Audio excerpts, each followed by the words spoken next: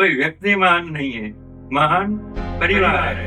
220 रुपए की मूड़ी में मेरे बाप ने दुकान चालू की तंबाकू। आपको कैसे इंस्पिरेशन मिली, ये सब कुछ कैसे सीखा आपने? अच्छा, कंप्यूटर की बात है इंग्लिश में, तो मैंने पहले गुजराती में पैकेज मंगाया था। तो जब पढ़ाई नहीं की थी, फिर भी आज आप इतने साल के हैं, अभी तक भी अकाउंट्स कर रहे हैं हर एक बिजनेस के लिए। टाटा नमक है वो अच्छा चलने लग गया। उसके बाद में टाटा चाय आई, फिर टाटा की कॉफी आई, टाटा की सोडा आई, वो सब किया।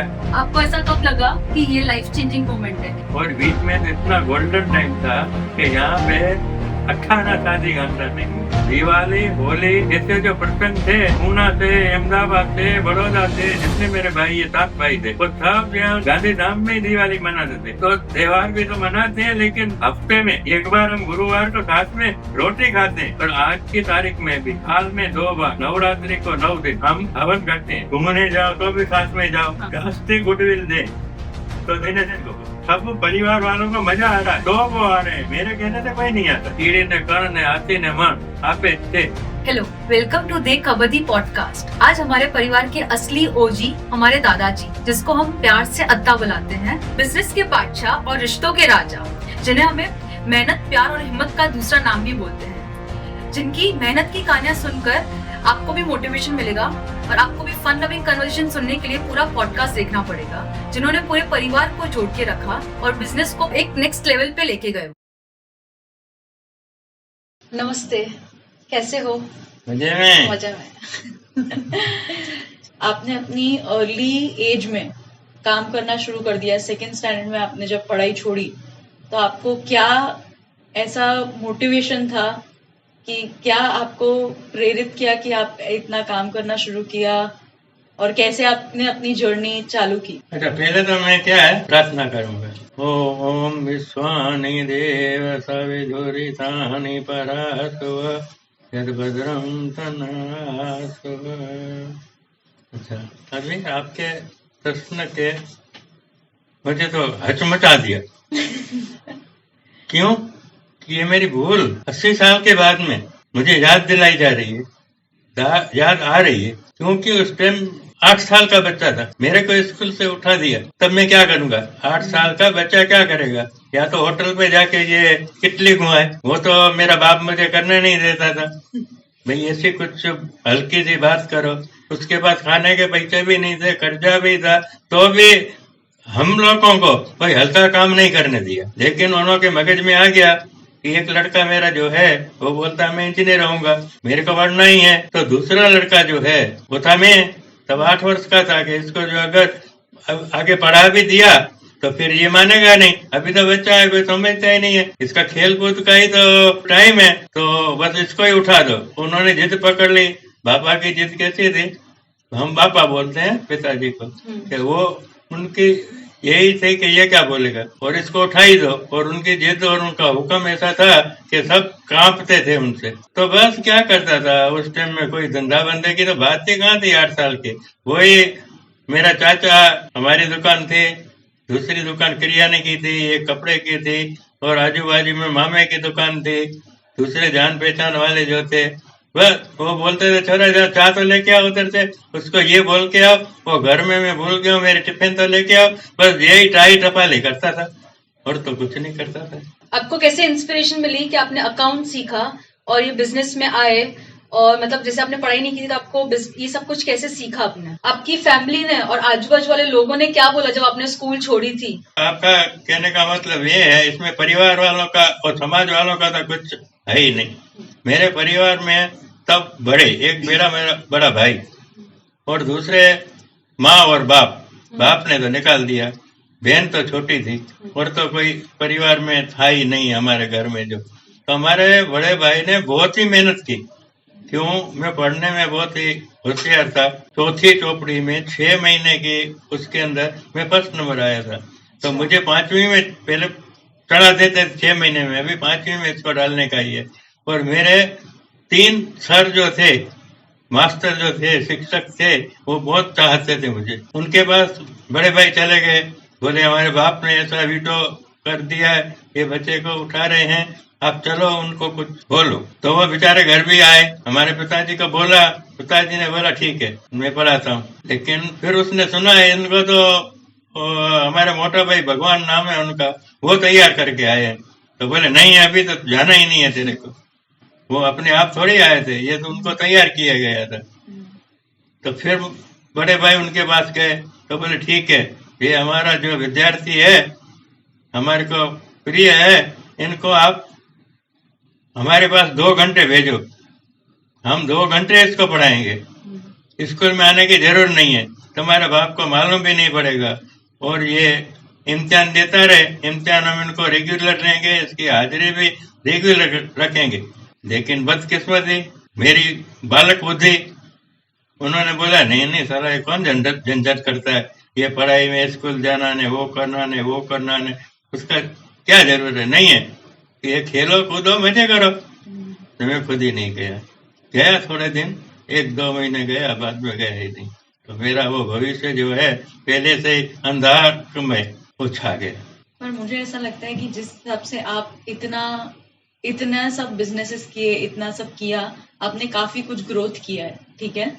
तो मैं आपसे ये पूछूंगी कि आपने जब पढ़ाई नहीं की थी, फिर भी आज आप इतने साल के हैं, आप अभी तक भी अकाउंट्स कर रहे हैं हर एक बिजनेस के लिए, तो आप मुझे उसके लिए बताओ कि आपने अकाउंट्स कैसे सीखा, आप कैसे मेंटेन करते थे, और आपने इतने सारे बिजनेसेस को कैसे हैंडल किया। ये संजोग बस कुदरत की बुद्धि है, कुदरत ने बुद्धि दी है, उसके अंदर पढ़े लिखे का है नहीं, लेकिन बिल्कुल ही जीरो। मैं तो ठीक है 4 चौपड़ी तो पढ़ा हुआ था ना, लेकिन अंदर से कोई अपनी छठी इंद्री होती है, वो छठी इंद्री ऐसा है जो हमको अंदर से कुछ न कुछ सूझबूझ देती है। तो पहले तो मेरा छोटा ही व्यापार था ना, छोटा व्यापार कैसा, ये 2 भाई अलग हो गए, हमारे पास तब जीरो था। 220 रुपए की मूड़ी में मेरे बाप ने दुकान चालू की तंबाकू की, तब खाली 220 रुपए में की दुकान भाड़े की, जिसका 35 रुपया भाड़ा था, और दूसरे बीड़ी बनाने वाले कारीगर रख दिए 10-15, वो बीड़ी बनाते थे।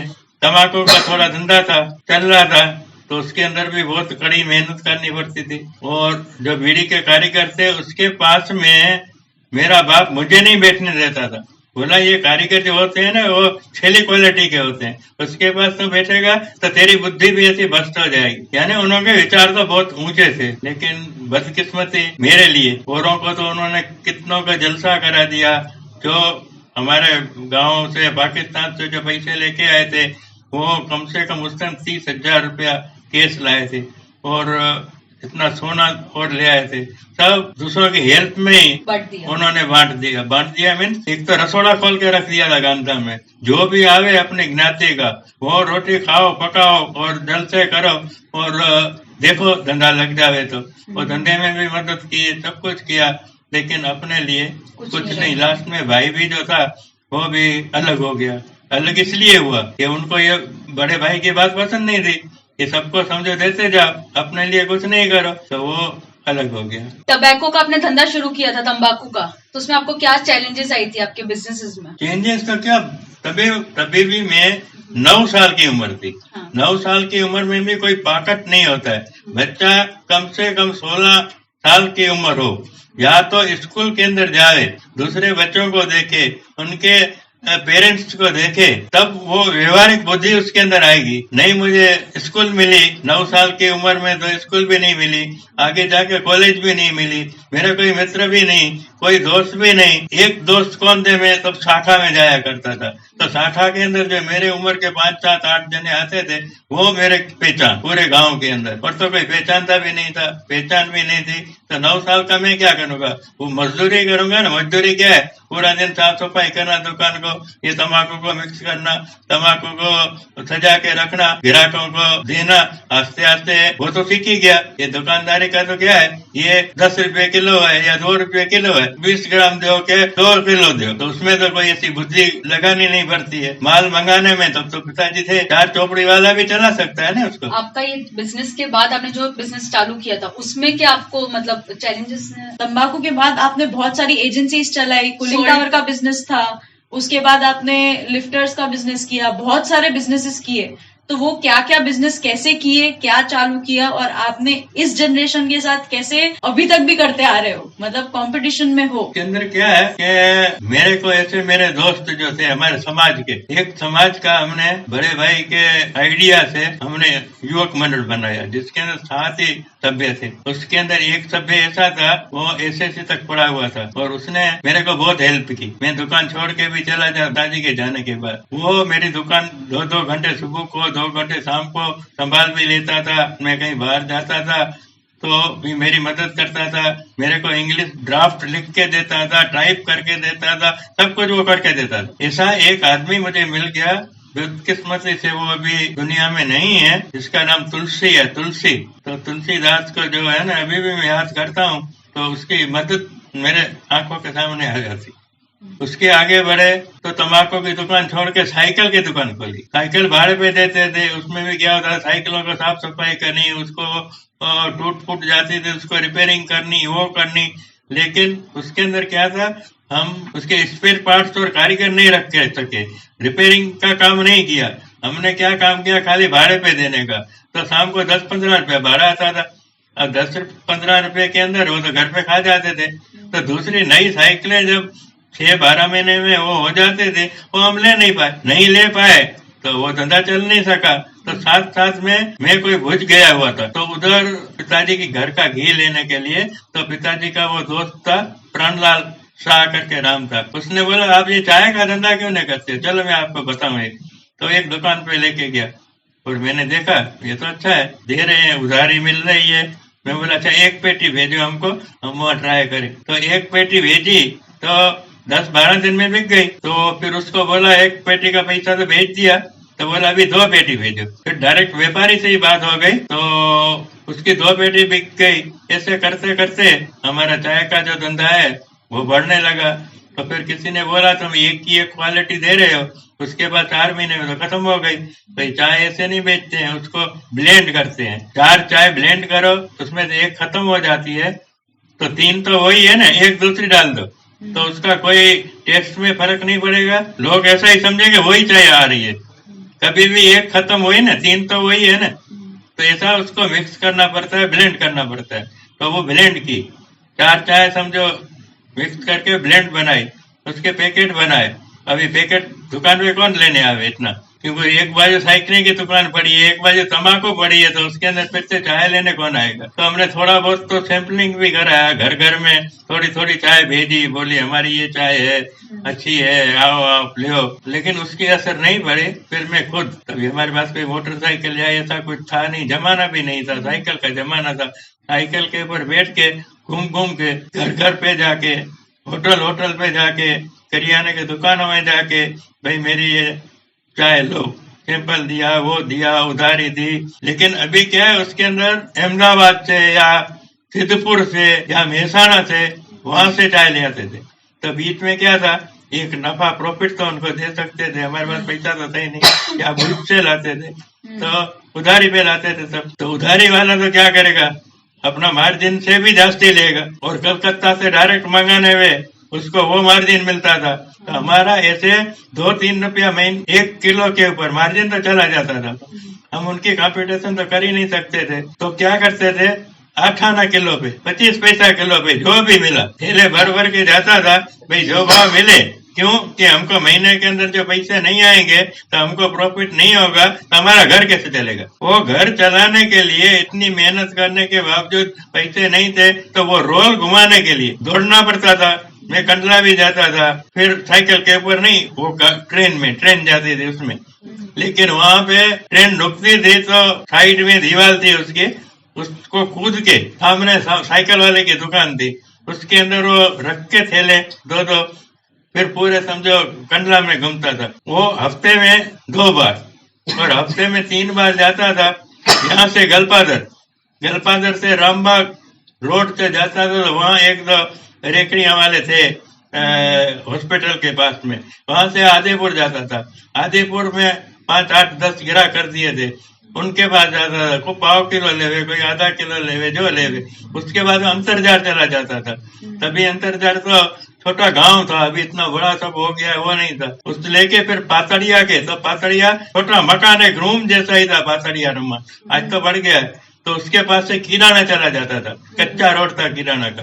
किराना में 2-5 ग्राहक थे, उनको देके फिर गणेश नगर होके दुकान पे आ जाता था। तो जितना बिकी 10 किलो, 5 किलो, 15 किलो, पर जितना जल्दी बिके, जल्दी व्यापारी को मैं पैसा दूं, तो मेरे को 1 किलो के ऊपर वो 50 पैसा काट के देते थे। अगर आप महीने में पैसा दे देते हो तो एक तो वो 50 पैसा चाहिए, और दूसरा बिके तो मुनाफा। अभी मुनाफा तो हम खा जाते थे, हम भरते ही नहीं थे। तो ये चलते चलते आगे, चाय के बाद में एक नरेश नाम का मेरा समझो मित्र ही हो गया, वो दलाली यहाँ करता था, उसका बाप डाया था। तो फिर उसके साथ में वो नरेश भी ज्वाइंट हो गया, दिनेश के साथ पड़ा हुआ है। तो वो आता था एक दिन, सहकार साबू मेहसाणा का बनता है, उसने बोला अपन इसकी एजेंसी ले ले। मैं कि तुम काम संभाल ले, तू संभाल। मैं समझो उसको वो भी जो है केस में कुछ काट के देता था, नहीं तो उधारी तो देता ही था महीने की।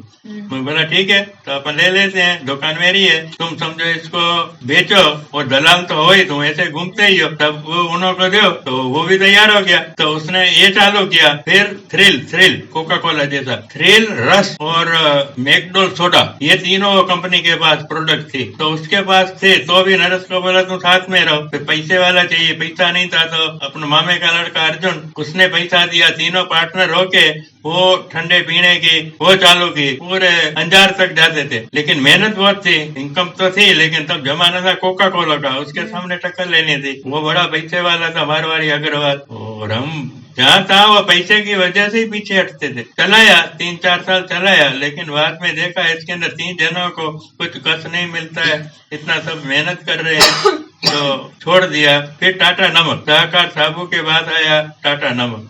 टाटा नमक है वो अच्छा चलने लग गया। उसके बाद में टाटा चाय आई, फिर टाटा की कॉफी आई, टाटा की सोडा आई, वो सब किया।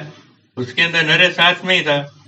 एक दिन नरेश को क्या है, उसके किसी दोस्त, उन्हों का बेटे जैसा ही था, दोस्त था उसको, शाह इंजीनियरिंग वाला वो। तो शाह इंजीनियरिंग वाले ने इसको बोला चलो तुम ये सब छोड़ दो। उस टाइम 1.25 लाख रुपया उसको दिया, बोला जाओ तुम धंधा करो। तो उसने होशियारी किया, मैं तो समझता हूँ बेवकूफी की। अगर वो 1.25 लाख इस चालू धंधे में डाल देता तो उसके लिए अच्छा था, क्यों दुकान का भाड़ा नहीं, वो नहीं, और 1.25 लाख का ब्याज मिलता उसको, ब्याज तो मिलता ही मिलता, और ऊपर से धंधे में हिस्सा मिलता। लेकिन उसने वो नहीं किया। गोडाउन एरिया में गोडाउन खरीद लिया, अनाज का उसने चालू किया, तो हमारी भागीदारी वो छूट गई। उसने बोला कि भाई तुम्हारे से नहीं चले तो आपको एजेंसी दे दो। मैं बोला नहीं दूंगा, जो एजेंसी जो है वो तो मेरे से नहीं चली तो नहीं चली, ट्राई करूंगा। उसके बाद में अरुण ने पढ़ाई पूरी कर दी, वो आ गया। उसके आने के बाद में हमने ग्रोथ बड़ी अच्छी की, क्योंकि वो दौड़ने वाला था, घर का आदमी था, सब कुछ समझो। अरुण मीन्स मेरा बेटा, बड़ा बेटा। तो उसने इतनी मेहनत की, तो उसके ये धंधा तो चलता ही था। तो फिर बड़े भाई ने बोला ये कूलिंग टावर का हमारा संभालो तुम इधर गलपादर में। तो वो अरुण गलपादर और पालनपुर 2 जगह उन्होंने कूलिंग टावर का संभालता था। उसमें भी थोड़ा बहुत आवक आ जाती थी, वो दे देते थे अपने को अपना थोड़ा हिस्सा। तो उसके अंदर भी बहुत मेहनत की।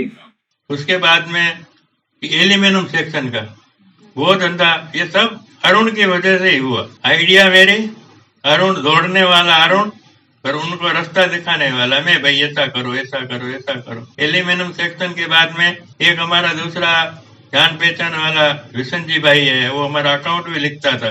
तो उसका लड़का किसी के पास नौकरी कर रहा था, तो उसने बोला कि तुम ये तालपत्री का धंधा करो। तो ये प्लास्टिक की जो है तालपत्रियां, उनका धंधा चालू किया। वो किराए पे देते थे शिपिंग वालों को, और फिर आगे चल के उसका कवरिंग भी करके दिया। जो उनका थप्पा बड़ा थप्पा पड़ता था, गोडाउन नहीं थे, बाहर रखते थे, तो उसके ऊपर कवरिंग करते थे तालपत्रियों का, वो कवरिंग भी करके देते थे। तो बाद में उसका दूसरा भाई था, वो था फोरलिफ्ट में, वो काम करता था उसके बाद। तो वो भी आया, बोला मेरे को भी फोरलिफ्ट लेके दो, तो मैं भी करूंगा, भागीदारी में करो। तो वो भी एक ले ली, तो वो उसका संभालने लग गया। तो ऐसे हमको टाइम पे कोई न कोई समझो भगवान भेजता था किसी को। पहले अन्नू बाद में आया सब में, पहले वो आ गए थे तालपत्री वाले और वो एल्यूमिनियम सेक्शन का, नहीं अनु था, सॉरी अनु आ गया था, उसके बाद में ये सब हुआ। ऐसे करते करते बढ़ गए। फिर फाइनेंस कंपनी में वो खोली, उसके अंदर 2-3 पार्टनर मिल गए। अभी और तो क्या क्या किया है वो मुझे भी याद नहीं। पर इन सब में कॉमन एक था कि आपका अकाउंट। हाँ। अच्छा, अकाउंट तो क्या है कि मेरे को बड़े भाई ने, वो भी मैं भी छोटा था तब, 6-7 साल का था तब, उनको भी अकाउंट पूरा परफेक्ट नहीं आता था। बोलता इधर जमा करते हैं, इधर उधर लिखते हैं, ऐसा करते हैं। पहले उसने छोटा छोटा मुझे सिखाया। बाद में मेरा चाचा घनश्याम, उसने भी मेरे को बोला कि भाई ये लिखा हुआ है ना मेहता जी ने, तो तुम है ना बस इसकी नकल करो। पहले रोजमेट लिखो, फिर उसने कैसे खतवानी की खतवानी लिखो, बस लिखो। ऐसे लिखते लिखते थोड़ा बहुत आ गया। फिर अपने पास जो परमानेंट आ गया, विशन जी भाई जो है, उसने मुझे बहुत सिखाया। अच्छा, कंप्यूटर की बात है इंग्लिश में, तो मैंने पहले गुजराती में पैकेज मंगाया था, कंप्यूटर में गुजराती में मंगाया था। तो गुजराती तो मुझे सरल थी, तो उसमें आस्ते आस्ते करे मैं कंप्यूटर और मुझे कुछ नहीं आता, जो पैकेज मेरा है। फिर गुजराती में से इंग्लिश तो ABCD ये तो सब मुझे थोड़ी बहुत तो सीख ही गया था। उससे कंप्यूटर के अंदर इतना कोई टाइपिंग नहीं करना होता है, जो एक बार भर दो तो भर दो, अकाउंट भर दिया या जो भी भर दिया, फिर उसको ही क्लिक करो। तो इंग्लिश में भी सीख गया। ये देसी नाम जिसको बोलते हैं वो तो मुझे आता ही था। फिर गुजराती कंप्यूटर में किया तो कंप्यूटर में भी चलाने के लिए सीख गया। इंग्लिश भी फिर करने लग गया। लेकिन मुझे वो अपने सॉफ्टवेयर तक ही आता है, लेकिन कंप्यूटर खराब रह जाए और आपको बोले वो क्यों खड़ा है, वो इंग्लिश में आता है, वो मुझे आता ही नहीं था। तो फिर मुझे हाथ में लच्छू मिल गया, लच्छू। तो लच्छू है ना मेरा अभी तो जिसको बोले ना, कोई भी विषय ऐसा नहीं है जिसमें लच्छू मास्टर नहीं है। और मेरा पहले ही जाते हुए लच्छू ये करना है, हाँ। तो और उसकी याद शक्ति भी इतनी है गजब की याद, तो अभी भी चल रहा है वो। अभी मैंने तो छोड़ दिया, अभी हमारे लड़के भी बड़े हो गए, वो भी अपना अपना काम सही तरीके से संभाल रहे हैं। अपना अपना उनको बांट दिया, सब मकान दुकान सब कुछ दे दिया। आपको ऐसा कब लगा कि ये लाइफ चेंजिंग मोमेंट है, कि जब ये आया तो सब अभी अच्छा लग रहा है, सब अच्छा हो रहा है, बिजनेस अच्छा हुआ, आपने प्रॉपर्टीज ले ली, ये सब चीजें कब आई? उसके लिए टाइम कहाँ था मेरे पास। नहीं, जैसे आपने बोला ना कि ये इतने सारे बिजनेस किए, उसके बाद एक तो ऐसा मोमेंट आया होगा ना, एक ऐसा वक्त था जब आपको लगा कि अब सारी चीजें अच्छी होती जा रही है। ऐसा कौन सा वक्त था? अन्नू आने के बाद में ऐसा लगा कि अब सब ठीक ठाक चल रहा है, हो रहा है। और बीच में तो इतना गोल्डन टाइम था कि यहाँ पे 18 शादी गांधी में की है। मेरी दादी माँ जो मेरी पहली समझो माँ से भी बढ़कर, फिर मेरी खुद की माँ, फिर मेरी बुआ बाद में लेट आई, और पिताजी और बड़े भाई, उन्होंने मुझे बहुत कुछ दिया। हाँ, 18 शादी कर दी। उसके बाद में ये मुझे सब गए, दादी भी गई, पिताजी भी गए, माँ भी गई। फिर बुआ हमारी आई थी पाकिस्तान से, वो भी 5 साल रही, वो भी गई। तो हमारा घर बड़ी लोग से तो सूना ही हो गया। उसी टाइम बड़ा मोटा भाई वो पूना में, वो भी पूना चले गए। और इन भाइयों ने बहुत बहुत बड़ी मेहनत की। और मुझे क्या था कि सब भाइयों को साथ में, सब कुटुंब को साथ में लेके चलो, उसके लिए मैंने ट्राई की। उसमें मेरे सब समझो सभ्यों ने, सब मेंबरों ने, हमारे कुटुंब के, परिवार के, उन्होंने बहुत ही मुझे साथ दिया। मुझे साथ क्या दिया, फिर तो उन्होंने मेरे से भी झड़प लिया। तो इतना सब होता था कि हम समझो दिवाली, होली, ऐसे जो प्रसंग थे, पूना से, अहमदाबाद से, बड़ौदा से, जितने मेरे भाई, ये 7 भाई थे, वो सब यहाँ गांधीधाम में ही दिवाली मनाते थे। आज की तारीख में भी बड़ौदा वाला भाई जो है वो आता ही आता है। और दूसरे यहाँ भी अभी हम 30 मेंबर हो गए, 25-30 मेंबर हो गए। तो त्योहार भी तो मनाते हैं, लेकिन हफ्ते में एक बार हम गुरुवार को साथ में रोटी खाते हैं। 5 घर है, अलग अलग घर में, हर गुरुवार को एक घर में, फिर दूसरे में, ऐसा 5 घरों में हम खाना सब साथ में नीचे गोलाई में बैठ के, ऊपर भी नहीं कोई, सब नीचे बैठेंगे, साथ में खाना चालू करेंगे। और साथ में ही समझो एक जना भी खाता होगा तो कोई नहीं उठेंगे। इतना हमारे में संप हो गया। और उसके बाद में अपन देखें तो हमारे पिताजी ने उस टाइम में हमारे को हवन करना सिखाया। हमारे घर के अंदर आर्य समाज का प्रभाव था। आर्य समाज का एक साधु थे शंकरानंद जी, वो आते थे हमारे घर में। उन्होंने पिताजी को बोला, पिताजी को सिखाया, फिर हम हर गुरुवार को घर में हवन करते। और आज की तारीख में भी साल में 2 बार, नवरात्रि को 9 दिन हम हवन करते हैं, आसो नवरात्रि और चैत्र नवरात्रि। तो आस्ते आस्ते बढ़ के ये भी विचार आया, अभी ये यंग लोगों को विचार आया कि भाई हम सब तो साथ में हैं ही, तो इसका थोड़ा सा मजा अपने दोस्तों को, अपने रिलेटिव को थोड़ा बहुत क्यों न देवे। तो हमारे वो एक छोटा सा गार्डन है, तो उसके अंदर नवरात्रि जैसा बनाते हैं। 5 साल से वो भी चालू किया, वो नवरात्रि का चालू किया। उसके अंदर तो पता नहीं कितने कितने दोस्त और वो सब जो है वो उसके अंदर आने लगे, उसके दोस्त यंग लोगों के दोस्त। बड़े वाले तो मैं तो अपने संबंधियों को भी नहीं बोलता था। फिर वो संगीत होता था, समझो घर में होते थे, और नाश्ता पानी भी होता था। तो लोगों को क्या, हमको मजा आता था, लोगों को आते थे, उनको तो आता ही था।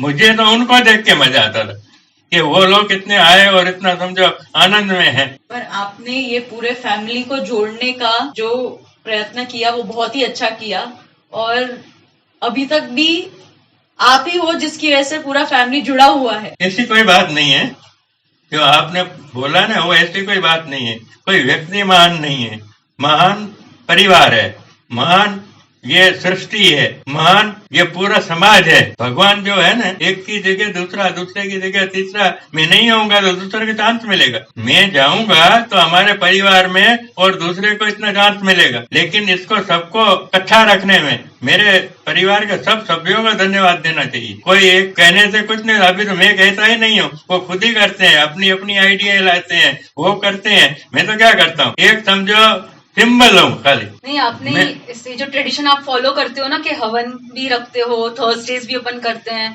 फिर नवरात्रि है, दिवाली है, तो ये सब फंक्शंस जो भी है या ये जो भी फेस्टिवल्स है वो सबको जोड़ के रखता है ना, अपन सब एक साथ करते हैं। नहीं, ये तो एक बार हमारी आदत हो गई, अभी बाद में सब परिवार वालों को मजा आ रहा है तो वो आ रहे हैं, मेरे कहने से कोई नहीं आता। नहीं, पर आपने जैसे शुरुआत किया तो आपने स्टेप लिया ना।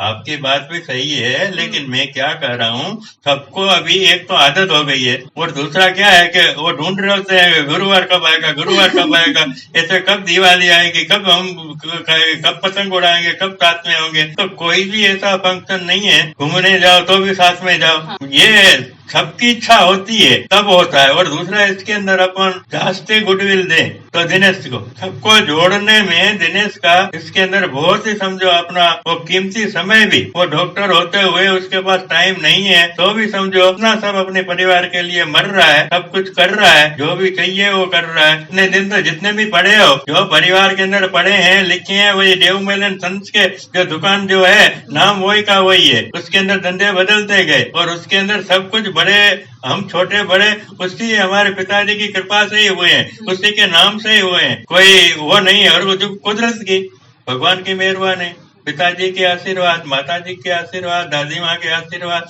उससे सब कुछ चलता रहता है। और भगवान करे, मेरी इच्छा यही है कि ऐसा ही चलता रहे। व्यक्ति विशेष नहीं है, परिवार समाज वो विशेष है। थोड़ी बहुत मैंने कामगिरी जो की है युवक मंडल में, तो वो थोड़ा बता रहा हूँ संक्षेप में कि भाई हमने वो 7 जनों ने एक युवक मंडल बनाया। उन्होंने छोटे छोटे पहले तो खाली मिलने का काम किया 2-4 महीने, बस आए। सरदार जी इधर से, किसी को याद नहीं होगा, तो सरदार जी के पकौड़े खाए और मिले जुले चले गए। फिर आस्ते आस्ते करके एक लेखराज बच्चानी ने जो है हमको एक रूम दी, तो उस रूम के अंदर कैरम बोर्ड लाए, ताश खेलते थे फालतू टाइम में, और क्रिकेट लेके आए, वो खेलते थे नीचे ही, इधर ही, वो डंडे नहीं, अपने दीवार के ऊपर वो काले निशान करके वो बनाते थे विकेट का, और उसके ऊपर वो खेले। तो आस्ते आस्ते उसके अंदर संख्या बढ़ती गई, उसकी कामगिरी बढ़ती गई। तो उसके अंदर पहले हमने काम किया ये नोटबुक वितरण, सस्ते भाव से कंपनी से मंगा के उन्हों को नोट, तभी तो बहुत ही पैसे कम थे लोगों के पास, आज तो कोई लेगा भी नहीं, तो वो रात दर के ऊपर जो है नोटबुकें दे रहे थे। उसके बाद में बुक बैंक किया, उसके बाद में लाइब्रेरी बनाई छोटी, उसके बाद में हमने एक पत्रिका छापी, युवक मंडल की बात कर रहा हूँ, पर्सनल बात नहीं है। उन्होंने एक पत्रिका बनाई, एक 3 महीने में, ढाटी संदेश उसका नाम था। दूसरा जो था वो वार्षिक था, वेदना अंक करके, तो वो किया। फिर विधवाओं को शायद पहले 5 रुपया देते थे, तब 5 रुपये भी बहुत थे, 5 रुपए के लिए भी अर्जियां आ जाती थी। वो विधवाओं को सहाय दी। इससे छोटे छोटे काम आगे चलते अपने लिए एक बैंक जैसा बनाया, 26 मेंबर उसके अंदर हो गए। वो बैंक क्या करते थे, वगैरह ब्याज सबको लोन देते थे, पैसे हमारे ही थे, हर महीने 50-50 रुपए देके हम इकट्ठे करते थे। फिर युवक मंडल से हम बड़े हो गए, तो फिर समाज के अंदर आ गए।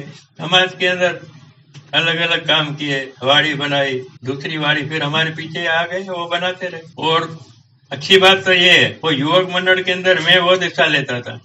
आज देखो तो युवक मंडल के अंदर मेरा बेटा तुषार वो बड़ा हिस्सा ले रहा है, और महिला मंडल के अंदर तो 2-2, 3-3 जने हिस्सा ले रहे हैं अपने परिवार से। युवती मंडल में भी वो कर रही है। देखते हैं तो अपना परिवार आज गांधीधाम के अंदर नहीं, लेकिन पूरे गुजरात के अंदर, भले अपने पास कुछ नहीं है इतना, लेकिन फिर भी वो समझते पता नहीं इनके पास क्या है, बाहर से इतना अपना वो शो और दिखावा है। नहीं, पर पहले अपन ने किया ना, तभी ये नाम हुआ ना। कुछ तो किया होगा तभी नाम होगा आपका या अपने परिवार का। मतलब बस ये कि भगवान जो प्रेरणा दी, सेवा की मीन सबका काम किया, और मैंने कुछ नहीं किया। वो ऊपर वाला जो हमको कराता था वैसा हम करते थे। समाज की बात कर रहे हैं तो अभी भी आपका कोई वो ग्रुप है ना जिसमें आप लोगों को लोन देते हैं? हाँ, जिससे वो अभी लास्ट में किया। वो जो है होमराज जगानी ट्रस्ट करके ट्रस्ट बनाया है, उसमें हम समझो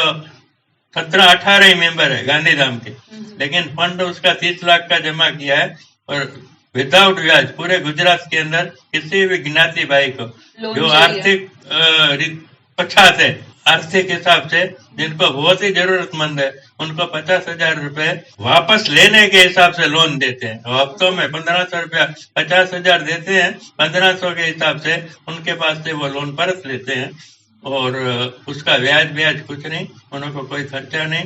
अगर समझो उनके पास 33 हफ्ते होते हैं, 33 हफ्ते नहीं 50 हफ्ते भी हो जाते हैं, तो भी बोलते तो है ही उनको भेजो, लेकिन वो भी चला लेते हैं।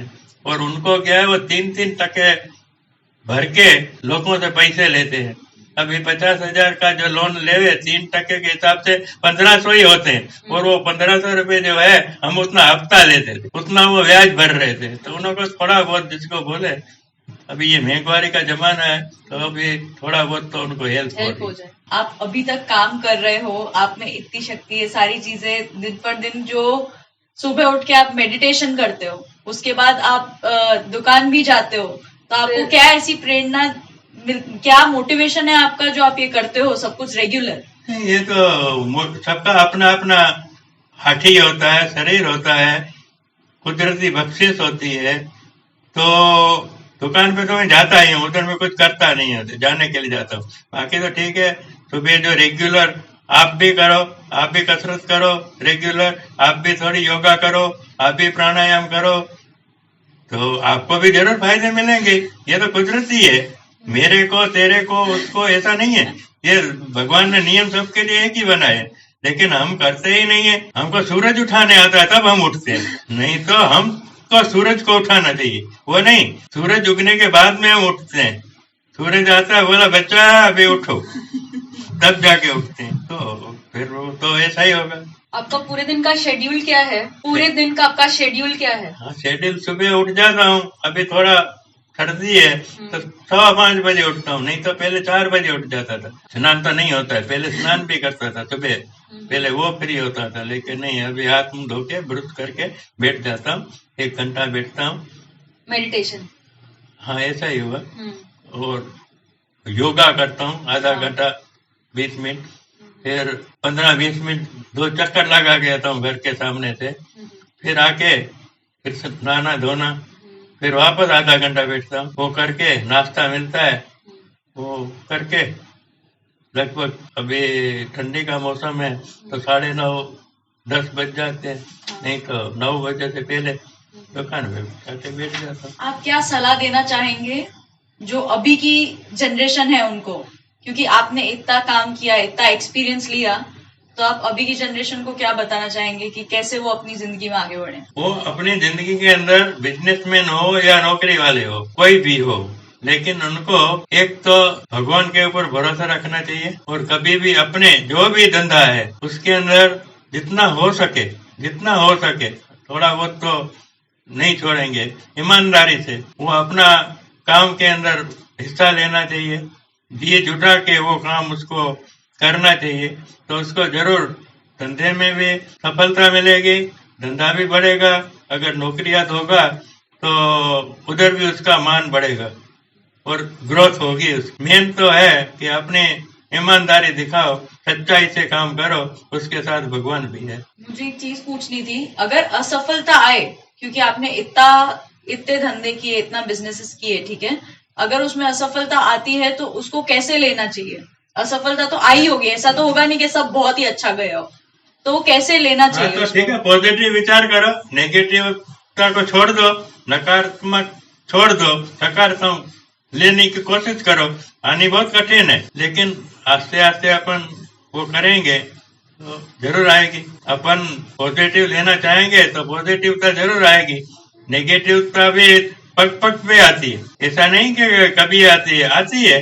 कोई धंधे में, बिजनेस में वो कोई बात नहीं है, हर तरह से आती है, निकलती भी नहीं है कभी कभी।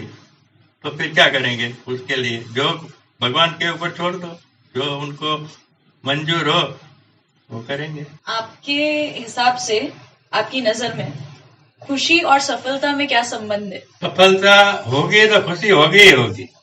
ऐसा कोई योगी मुनि ऐसा नहीं होगा कि असफलता में भी खुश हो, सफलता में भी खुश हो। सफलता में तो सब खुश होंगे, लेकिन असफलता में भी सब नाराज ही होंगे। जो जिन्होंने इतनी बड़ी तपस्या की हो, समझो, वो खुशी में, गम में, या तो खुशी और गम में एक ही तरीके से रह सके, ऐसे तो बहुत ही लोग कम होंगे। असफलता होगी तो खुशी निकल जाएगी, सफलता होगी तो खुशी आएगी, चाहे टेम्पररी भी हो। आपने विपस्याना भी किया ना? बिल्कुल किया। और आर्ट ऑफ लिविंग में भी गए हो? वो भी किया। आप बाकी सब लोगों को ऐसा कुछ बताना चाहते हो कि लोगों को जो कुछ मोटिवेशन मिले, क्योंकि आपने इतना सब कुछ किया है, तो एक फाइनल आप अपने हिसाब से एक कुछ छोटे से उसमें बता दो कि लोग कैसे मोटिवेट हो, लोग कैसे अपनी जिंदगी में आगे बढ़े और आगे ये चीजें करते रहे। वो मैंने बताया नहीं, वही ईमानदारी से चलो, अपने धंधे के प्रति ईमानदारी रखो, अपने सर्विस के प्रति जो है अपनी ईमानदारी रखो, अच्छी तरह से मेहनत करो। जो आप करोगे, ग्रोथ दोगे तो भगवान भी देगा, और अगर सर्विस करते हो तो आपको प्रमोशन भी मिलेगा। मेन है भगवान का नाम, पहले तो वो लेते ही हैं सब, जो भी लेते हैं, योगा भी करते हैं, मेडिटेशन भी करते हैं। वो करने से क्या होगा कि आपका जिसको बोले ना, शक्ति बढ़ेगी वो करने के लिए, और फिर आप ईमानदारी से चलो। वैसे तो ईमानदारी से चलने वाले इतना नहीं बढ़ते हैं, और जो ईमानदारी से चलोगे, मेरे माफक साइकिल पे चढ़ के ढूंढ करके चाय बेचने जाओगे, बहुत ही मुश्किल काम है। तो आज शॉर्टकट जमाना है। मैं तो सबको यही कहता हूँ कि भाई शॉर्टकट नहीं करो, लॉन्ग ट्रक करो। आप के पास पैसा नहीं आवे तो नहीं आवे, लेकिन वो क्या, पहले से ही आप अगर जो रखोगे तो ही होगा, नहीं तो नहीं होगा। अभी से तो ये जमाना क्या है, वो यही देख रहा है कि भाई नहीं, बेईमानी करो, कुछ भी करो, पैसे पैसे पैसे इकट्ठे करो, और ये पिज्जा खाओ ने, वो चाइनीज खाओ ने, ये खा के अपना पेट खराब करो। वो पेट खराब करने के लिए भी ये डॉक्टर लोग की सलाह देते हैं,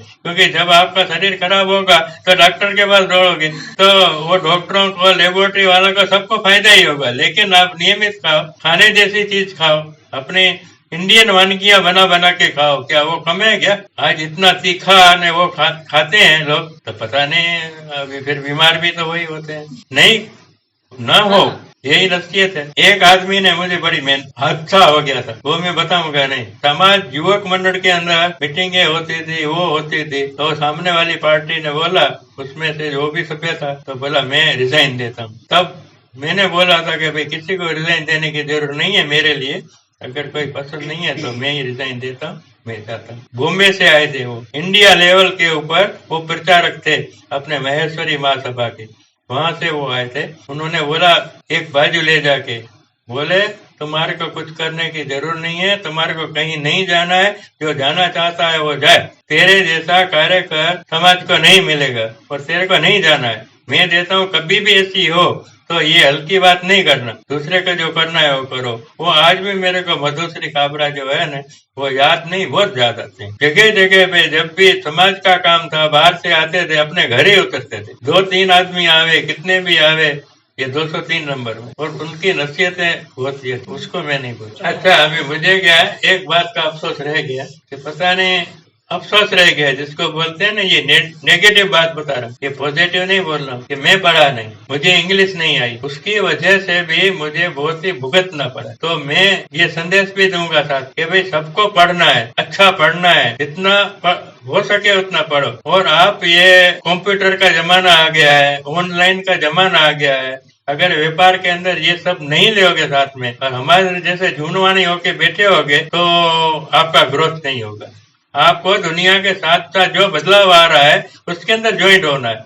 जैसे एडवर्टाइजमेंट है, हम नहीं करते थे, नहीं, वो भी करो, जो भी रास्ते हैं ईमानदारी से वो भी करो। ये मीडिया क्या बोलेंगे, ये अपना व्हाट्सएप और वो सब कुछ नहीं, आज ये જમાનો ચાલી રહ્યો છે, એવી રીતે ઓનલાઈનો ને મોલનો ને એવી જાતનો બધું તમે બધું કરશો, એને ऐसा करोगे तो ही चल सकोगे, नहीं तो आज से 5-10 साल के बाद में आप निकल जाओगे, आप वहाँ नौकरी करने लग जाओगे अगर दुकानदार हो तो। लेकिन आपको दुनिया के साथ चलना है, जमाने के साथ चलना है, टाइम के साथ चलना है, अच्छी बातों में, बुरी बातों में नहीं। जैसे वो भी बढ़ रहा है, ड्रग्स बढ़ रहा है, ड्रिंक बढ़ रहा है, उसके बाद में हुक्का बार बढ़ रहा है, वो दूषण तो इतना बढ़ गया है, इतना बढ़ गया है कि जिसकी कोई हद नहीं है। अभी अपने मेडिकल दुकान है, अभी लोग आते हैं, ये लेडीज है, जो गामड़े की लेडीज है, लेबर, वो भी गुटखा खाने चल लग गई। तो गुटखे के अंदर नुकसान नहीं किया, तम्बाकू की तो नुकसान है ही, लेकिन केमिकल पड़ता है, तो फिर उनकी जिंदगी क्या होगी। जो कमाते हैं, एक दिन आज का कमा के आज को खाते हैं, कल की फिक्र कल पे, वो गुटखा खा जाते हैं, कमाते हैं 300 रुपये, गुटखा खा जाते हैं 50 रुपए के। तो ऐसा ये युवा वर्ग को सुधरना चाहिए, એટલે जो सुधरे हुए हैं उसको नहीं, जो बिगड़ रहे हैं अभी कंट्रोल करना भी बहुत मुश्किल हो जाएगा। पहले तो खाना अच्छा है, वो दोस्ती में वो खाता अच्छा है तो थोड़ा खा ले, वो आदत डालनी तो बहुत सरल है, लेकिन आदत निकालनी बहुत ही मुश्किल है, फिर नहीं निकलेगी। फिर उसको तुम बंद गए तो तुम्हारा ग्रोथ भी नहीं होगा, पूरा दिन तुम्हारे अच्छे दिन नहीं आएंगे। व्हाट्सएप पे और एफबी पे कब आया आप? ये तो बहुत सालों से आया। तो आपको आने के बाद जब आप सोशल मीडिया पे इस पे आए तो आपने यूट्यूब भी देखा, सब कुछ देखा, उससे आपको सीखने मिला, आपको ऐसा लगा कि ये ऑनलाइन होना चाहिए सारी चीजें? बिल्कुल, इसके अंदर तो क्या है कि गलत धंधे भी होते हैं। फेसबुक के अंदर जो पिक्चरें आ रही हैं बीच बीच में, तो उसके ऊपर बैन डालना चाहिए, वो नहीं आवे। बाकी अच्छी चीज तो आए वे, जैसे धंधे वाले के लिए धंधे की जाहिरात आवे तो अच्छा है। अच्छा, अध्यात्म के ऊपर ये अच्छे जो आते हैं, बच्चों को शिक्षण का इसके अंदर जो सिखाते हैं, अच्छी बातें हैं, उसके लिए तो वेलकम। बाकी अगर आप वो ये दूसरी बातों के अंदर पढ़ोगे, जैसे ये फ्रॉड हो रहा है, अभी आदमियों के लाखों रुपए जा रहे हैं, तो गलत भी है। तो ऐसी बातों के ऊपर अभी वैज्ञानिकों को, जिन्होंने ये मोबाइल का निकाला है, उसके अंदर उनको संशोधन करना चाहिए कि भाई ये खराब बात इसके अंदर आ ही नहीं जावे। जिसको मंजूरी देवे, गवर्नमेंट की मंजूरी हो, वही वो सोशल मीडिया में जा सके। ऐसा अगर हो सके तो अच्छा है। आपने एक चीज पहले मैंने आपसे पूछा था जो नहीं बताई, मुझे उसके रिलेटेड बात करनी थी कि जब आपने पढ़ाई छोड़ी और दूसरे भाई को पढ़ाई पे भेजा, तो उसके बाद आपने फैमिली में क्या चेंजेस आए थे? मतलब आपका ना पढ़ना फैमिली वालों को कैसे बेनिफिशियल था, कैसे उनके लिए वो? इसके अंदर क्या है कि बड़े भाई को मैंने नहीं भेजा, वो गया तो अपनी होशियारी से गया, वो गया तो उसका शौक था, उसके अंदर स्कूल के अंदर 11वीं तक वो पढ़ा, तो उसको ऐसे टीचर, ऐसे दोस्त और उसका ऐसा समझो अगले जन्म के पुण्य, तो उसने जिद ही पकड़ी, मैं तो पढ़ूंगा ही। और ऐसा ही होना चाहिए। मैंने भी उस टाइम, मैं छोटा था, मुझे कुछ मालूम नहीं पड़ती थी दुनियादारी क्या है, और अभी तो खेलो कूदो वही करो। अगर वो नहीं होता, मैं भी उसके माफक करता तो कैसे भी करके पढ़ने में तो मैं बरोबर ही था, तो कुछ नहीं था, मैट्रिक तक तो पहुंच ही जाता। तो फैमिली वालों को इससे क्या बेनिफिट हुआ? जब तक समझो 12 साल का मैंने धंधा, स्वतंत्र धंधा खोला, दोनों भाई अलग हो गए तब, तो उसके बाद में मैं मजदूरी करता रहा। अगर अभी ऐसा नहीं है, कुदरत सबको देता है, कोई होता है तो क्या, नहीं होता है तो क्या है, एक नहीं होगा तो दूसरा उनको चांस मिल ही जाता है। भगवान सबको समझो, कीड़े ने कण ने हाथी ने मण आपे छे, ये जो है ना वो बात नहीं है। मेरे से क्या फायदा मिला, क्या मेरे से नुकसान भी मिल सकते थे कुछ। तो कहने का मतलब कि कुछ भी नहीं हुआ, फायदा भी नहीं हुआ, नुकसान भी नहीं है। उल्टा उन फैमिली में कौन थे? मेरी माँ थी, मेरा भाई था, मेरा बाप था। बाप तो मेरे को नहीं पढ़ाने में था, उन बेचारे दोनों जनों ने बहुत मेहनत की।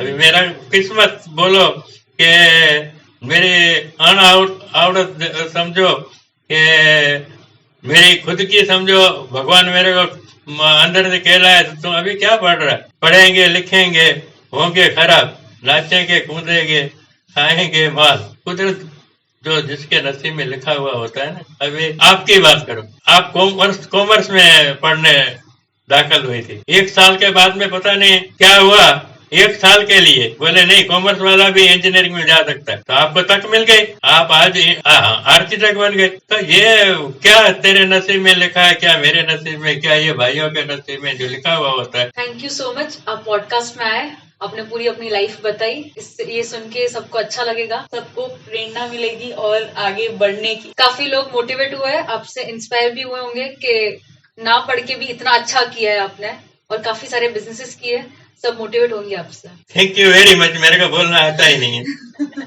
मैं बोलूंगा शुक्रिया आप लोगों का कि जिसने ना आता, समझ रहे हो कि इसको कुछ बोलना ही नहीं आता है, उसको आपने बुलाया, तो फिर से मैं आपका धन्यवाद मानता हूँ। जय श्री कृष्ण। जय श्री कृष्ण।